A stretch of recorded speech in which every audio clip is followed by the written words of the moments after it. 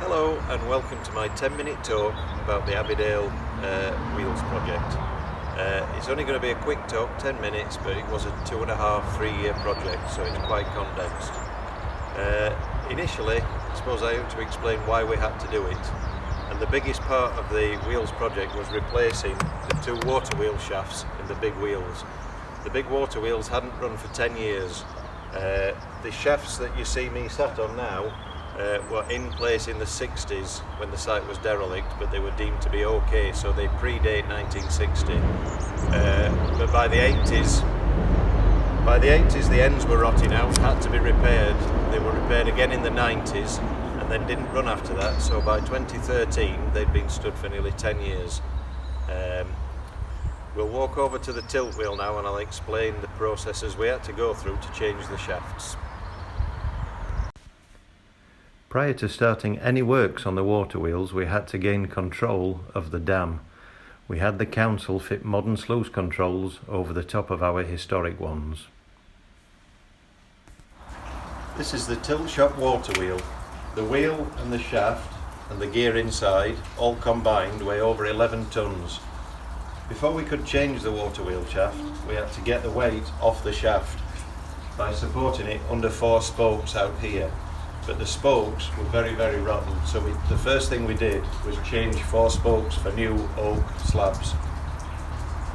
We designed a metal steelwork that ran from one side of the wheel pit to the other so that we could jack the wheel up and then wedge it so it was up in the air.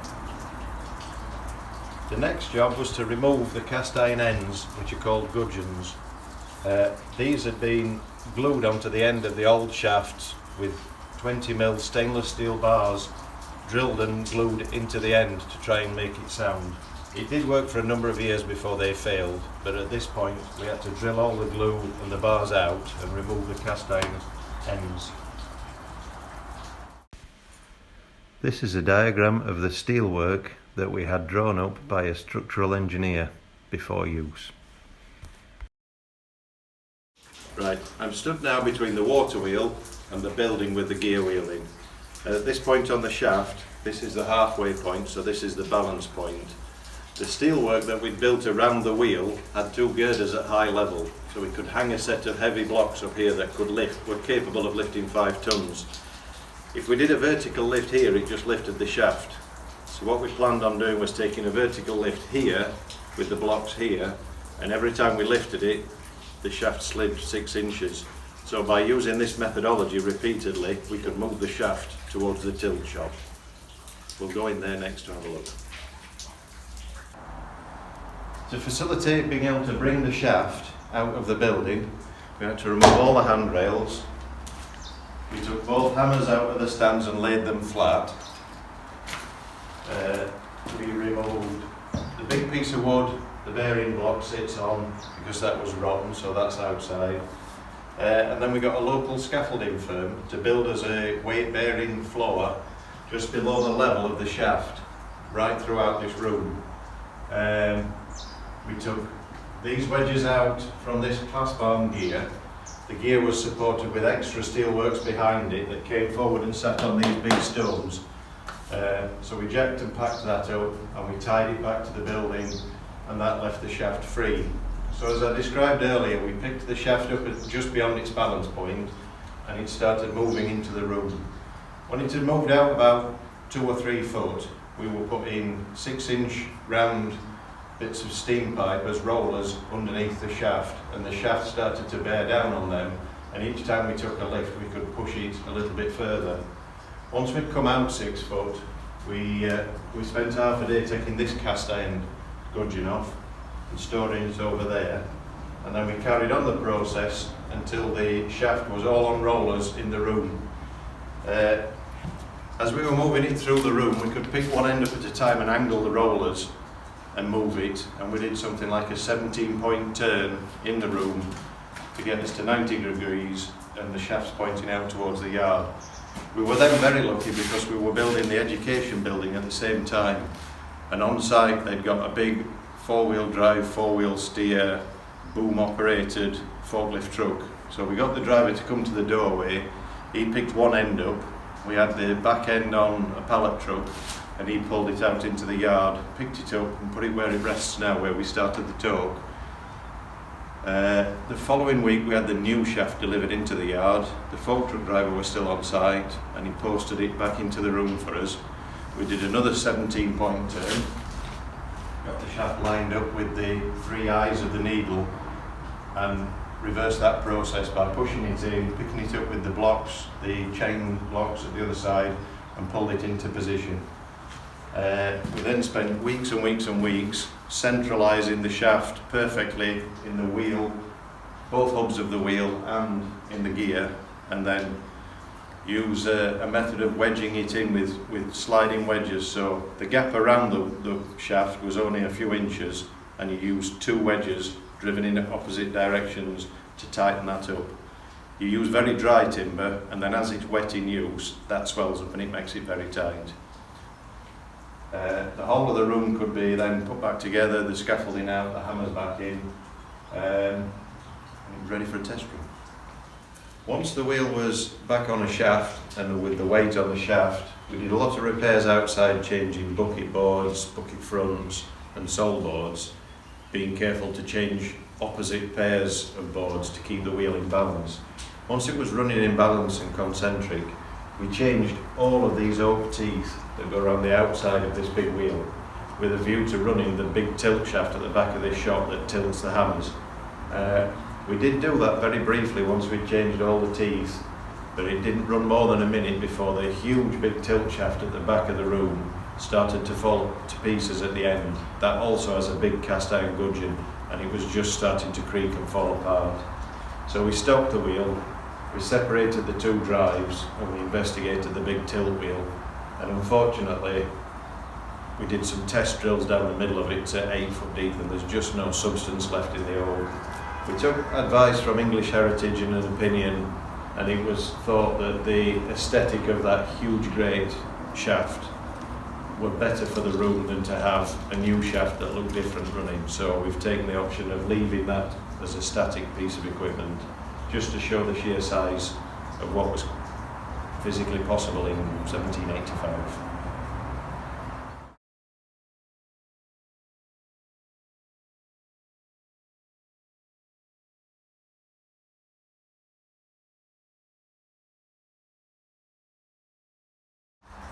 Once we'd done the tilt shop Waterwheel and changed its shaft and lots of its constituent timber parts of the wheel itself, we moved on to the grinding hull Waterwheel shaft, which was in a similar state. This had been resin bond repaired on both its ends, and again deemed to be too unsafe to run, too unstable. We planned out which one to do first, and surprisingly enough, after what I've just described, the tilt shop was the easy one, because as you can see, the Waterwheel shaft for the grinding hull is below ground. So the wheel's heavier, the gears are metal, so they're heavier.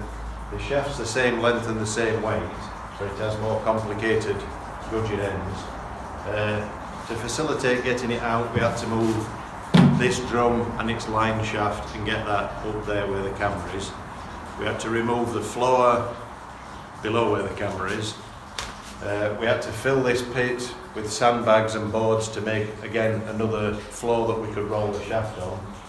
And then we had to build a second steelwork gantry outside in a different shaped wheel pit, so it was a completely different design to be able to support the wheel. Once the wheel was supported, the methodology for taking the shaft out was very similar. Lift and slide, and bring it into this room. We then had to hire in a lifting gantry to assemble up on the platform where the camera is, to be able to lift it to room height, and then again it was much further through this room to get the shaft outside. There's many photos of this job taking place, and we'll show them in a second. Once we changed the shaft in the Waterwheel and removed all the steelwork from around it and got the bearings back in place, we could then turn the wheel with the chain blocks to whichever position we needed. We changed probably half the wheel's bucket boards that had been on the top for years and years and years, and the sun had parched them all and they dried out and broken.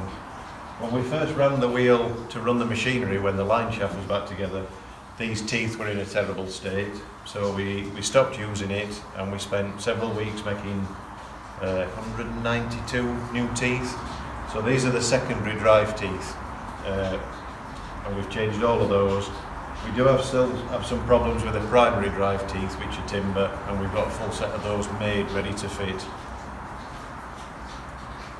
And now it runs beautifully smooth.